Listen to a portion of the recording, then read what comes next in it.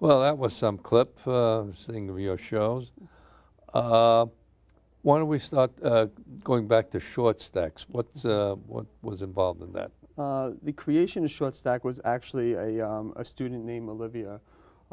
She's the program director now. She came to me, I guess now it was about 4 years ago, and she was in a local fashion show, and she was nervous, and in an effort to empower her, I kind of, told her that, she should do this professionally. And she kind of looked at me and she laughed and she said, "You obviously have no idea what the modeling industry is about." And I said, "Well, honestly, I don't." And she said, "You have to be 5'8", stick thin." And I was like, "That's kind of silly. Why do you have to be, 5'8" and taller and stick thin?" And she goes, "That's just the way the industry is." So we got to talking about society and society standards and how she should maybe think about, trying to change those standards. So in joking around, we came up with the name Short Stack because we thought we'll take a bunch of short girls and stack them up, and that will equal like one tall model, and kind of laughed about it. A couple of days later, Olivia came back to me and she said, "You know what, I've really been thinking about the HIV work I do for you. I've been thinking about the Short Stack idea." And she said, "Do you think it's possible? Do you think Windows of Opportunity would support something like that?" Of course, I said, absolutely, because it's truly what Windows of Opportunity is about, embodying kids to, who have ideas to empower them to actually complete them. I had no idea that me just saying we would support you would grow into this gigantic program. And as they say, like, the rest is history. We have incredible sponsors. We have Hot Topic has been sponsoring us every year. We have David's Bridal this year that's sponsoring us.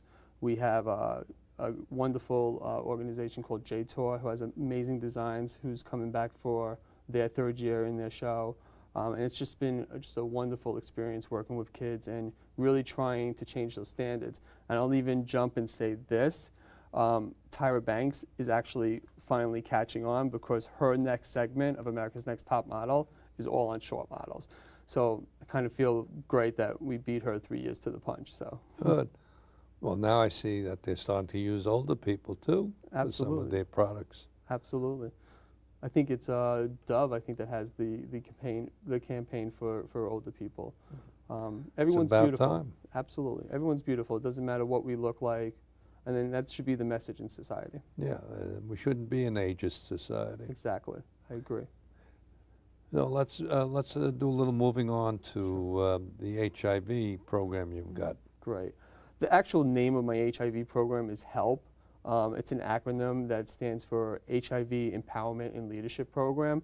It's really a combination of all the leadership skills that I've learned how to teach kids over the years with HIV awareness. So actually what I've done with a team of youth and a team of professionals is I've completed a professional training manual that we're hoping to have published. It's a 25-chapter manual that focuses on teaching kids how to be leaders, and intertwined into each chapter is an HIV piece. So at the same time of teaching them how to be leaders, we're teaching them about being safe, making healthy decisions, choices and consequences, values, and we're turning that around into a culminating project every year, which is our HIV Conference.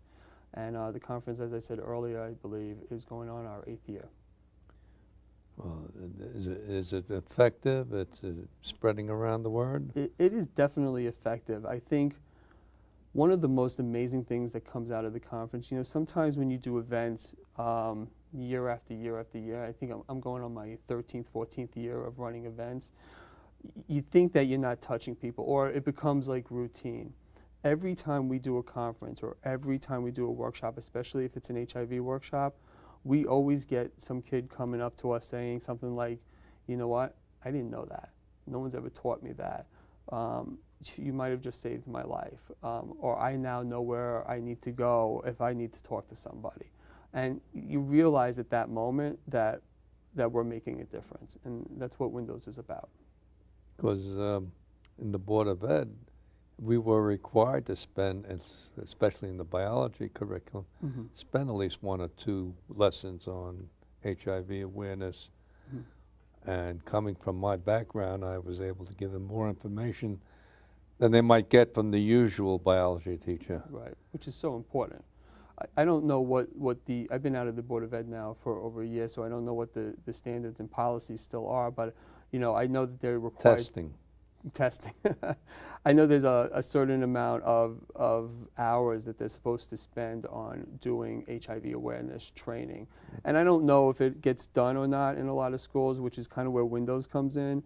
One of the things that I'm doing is marketing Windows to all schools. We're available for not just HIV awareness, a series of workshops and topics. We do everything from anger management, conflict resolution, values, HIV, eating disorders. We do over 50 workshops. You name it, we probably run it.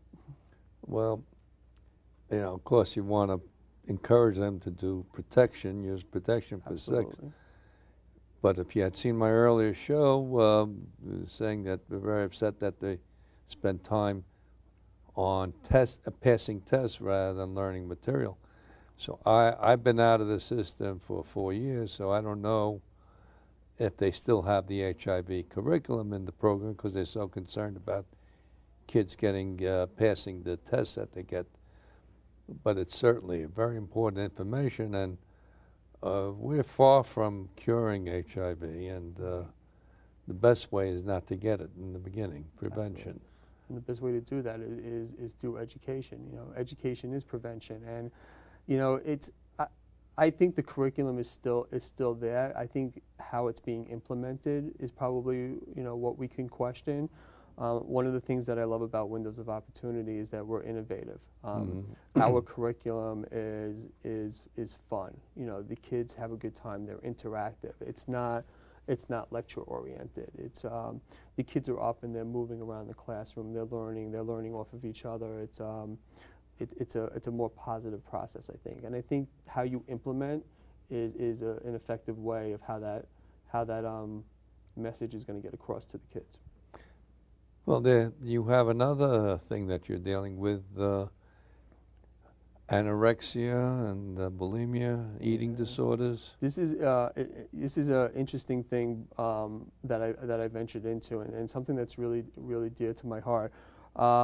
You know, we were talking before about how programs kind of like build on each other year after year, and from working with Short Stack and working with a lot of the kids, and talking to kids in multiple schools in around the 5 boroughs and on Long Island, I started to realize that there was no education on eating disorders, on the prevention of eating disorders. There was, you know, and this stemmed from us starting to talk about self-esteem and loving your body. And there was nothing out there that was being innovative or effective, such as our, you know, HIV curriculum was. And we were very proud of the HIV curriculum. So we came up with a concept that we needed to do something very similar to the HIV curriculum, but be addressing eating disorders. And we created a program called The Inner You. It's about, where the HIV curriculum and the leadership building is about 25 chapters long. This is about 12 or 13 chapters long. A very deep, intensive way of teaching youth about not only eating disorders, but concerns and being healthy and building self-esteem. And I have a team of professionals that meet once a week along with a group of kids, because we like to incorporate youth into everything, so it has a youth perspective. And we're almost done with this manual, and we're ready to implement it in September. And hopefully it will be something that will be used in schools all around New York City.